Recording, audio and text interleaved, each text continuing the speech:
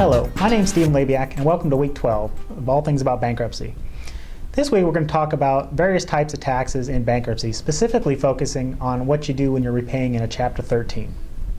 Now, most people think of taxes, they just think of maybe their federal and state income taxes. But there's also a lot of other types of taxes going on as well. Property taxes, maybe you have a business, you have payroll taxes and all those kind of things. So let's start with the biggies, obviously, the federal tax, state tax. If you're in a Chapter 13 plan, you can expect right now to be paying an interest rate of between 3.5% to 4% on those taxes. So what that means, let's say you owe $100, well, you're going to pay an extra $4 that year to pay off that the debt you owe to the government.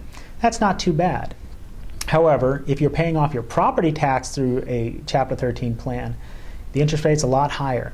Typically, on average, 16 to 20%, based on what the rates are. You can count on somewhere in that range, which means basically if you owe $100, that's an extra $20. Now that's quite a big jump from what you're paying to the IRS or the state government to what you're paying on your property taxes.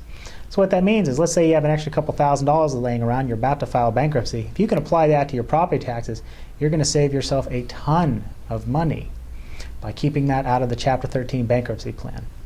Some other types of taxes that can be taken care of, well, if you're a business, or let's say you are responsible for the business taxes. Let's say you're running as a sole proprietorship and you owe maybe some back sales taxes or some back payroll taxes. Well, you can never get rid of those. You got to pay those off.